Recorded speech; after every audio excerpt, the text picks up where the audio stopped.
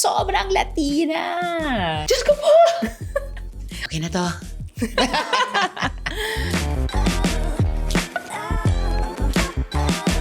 Hi Cosmo, we're here today for another episode of Cosmo Convos with Ida. Today, we're honored to have Senator Risa Hontiveros as our guest for today. Hi, Senator. Hi, Ida. Hi, Cosmo. Thank you for making the time to Thanks be with for us today. inviting me. Okay, so we just have a few quick questions for Sen Risa. So the first, let's be real. Everyone knows what it's like to be the only one asking value-adding and well-researched questions at work. How do you keep your patience and composure when the people you're debating with or working with are seriously testing your patience? First, salamat dun sa pagsabi na well-researched questions. Yes. Kudos to my fantastic staff, especially the Legis unit. Humihinga ako. I breathe deeply, long inhale, long exhale. Yung isang, baka magamit mo to minsan, yung isang meditation dyan. Breathe in light. Breathe out love. Ganon. It works also at work, kahit pa sa legislative work. At hindi ako nag-iisa ha. Meron akong minority leader, si Senator Coco Pimentel.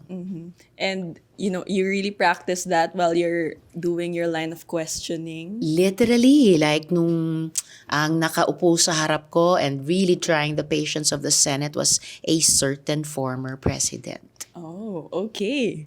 Spicy. Okay, so a lot of young millennial and Gen Z Filipinas are voting in the upcoming elections. What's one thing they should keep in mind before they cast their vote?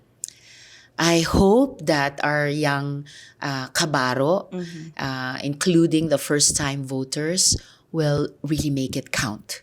Vote as young people, vote as young women, vote to form the Senate and the House of Representatives at yung LGUs ninyo.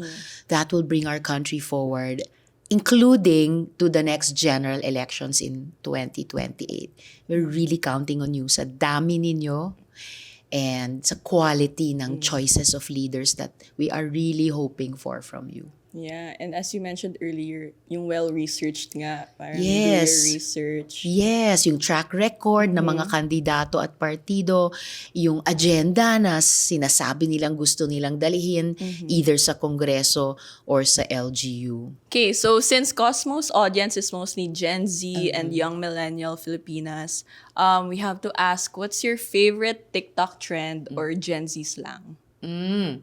Okay, well, one of my recent favorite Gen Z slangs is sobrang latina. Alright? Tapos, TikTok trends. Yes. Isa na doon yung, Diyos ko po! Hindi ko alam yun. So plus 10 for me. I know something plus, you don't. Oh my gosh, Gen Z si Sen Risa. Oh, Okay, well, okay. Gen Z, Mas Gen Z siya than me. Okay, hindi ko alam yung context nun. I'll have to look Check up. it out. Okay. And then another would be with credits to the original. Okay na to. Okay, baka naman may mga mag-comment ng sobrang Latina ni Sen Risa. Oh, salamat. Ayan, narinig ko yan. Ang sweet-sweet. Nagagamit ko rin to Yes. compliment other people. Yes, wow. Okay, so recently sa Iloilo. Oh, okay. yung mga guwapa-kagwapo Ayan, sa Iloilo. okay. So, ayan, nagsasabi pala si Sen Risa ng sobrang Latina. Okay. So, again, Cosmos audience are mostly young, outspoken Filipinas who know what they want and work hard for it. What do you think that the Gen Z is doing right that older generations can learn from? Yeah, you mentioned two of them already. Knowing what you want and working hard for it. Yung self-awareness, sobrang importante yon to becoming fully human. And naalala ko tulad nung pinaglalaban pa namin yung mental health law, ito sa generational shift ha. Kasi sabi ng mga, lalo na yung Youth for Mental Health, Y4MH, mga parents nila. So age namin, grandparents, taboo. Ang usaping mental health.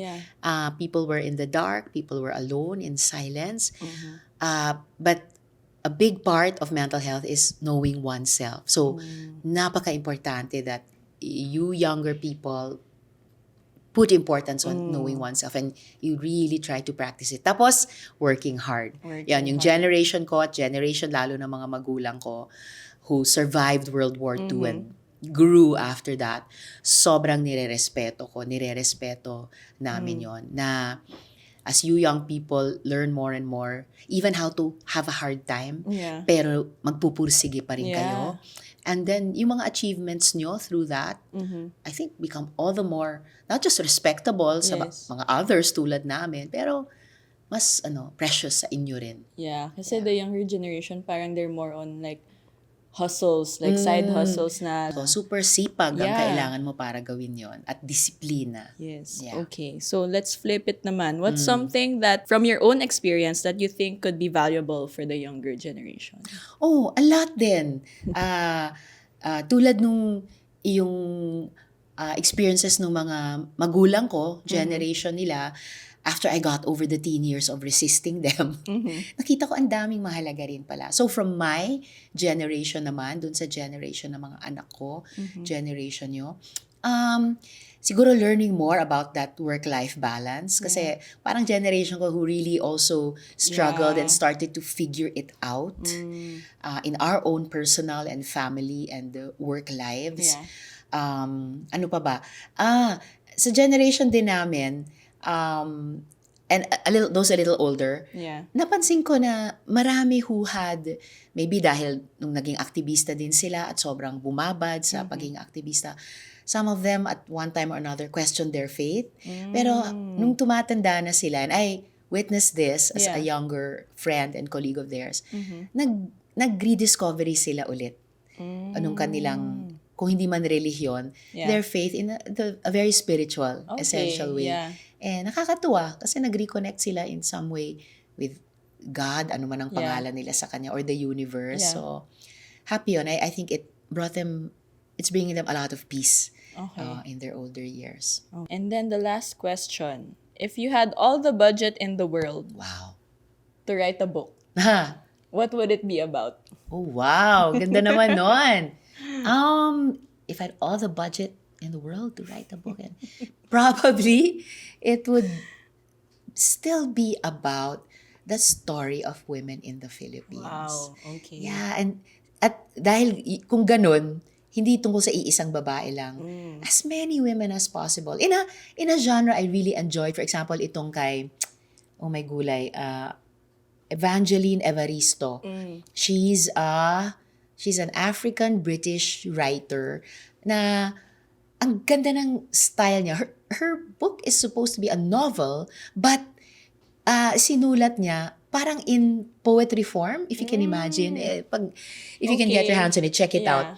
Tapos, she weaves the story of siguro 12 women from different generations na throughout the book, malalaman mo, related pala sa isa't isa or magkakakilala, magkakaibigan. So, she tells their stories at a certain time in the history of the UK. Through those many different voices and generations, so as if in a prose poem. Something like that for Filipinas. It's not original, it's been done in various ways before, pero I would love to also add another piece of that big story. So it's more like a history of Filipinas through the generations. Is it gonna be a novel? Well, probably a novel. Probably a novel. Pero alam mo naman, ang mga novelists, they tell us na they draw a lot from their own personal lives. O kaya yung nalalaman nila sa history. And I also am very passionate about history. So, baka ma-weave in din yun. Tingnan natin. Ngayon ko lang naisip kasi ikaw palang nagtanong sa akin yan eh. Okay, I think we're gonna see, sana, joke. Sana. I hope we see someday a book by a novel or a book from Senator Risa on our shelves. Happy Women's Month to Sen Risa, who's always been fighting for our rights. And, as Filipinas, and just thank you, Sen Risa, personally. Thank you. Happy Women's Month. Let's keep fighting and keep being happy. That's it for today's episode of Cosmo Convos with Ida, and we had Senator Risa with us today. So stay tuned for the next episode.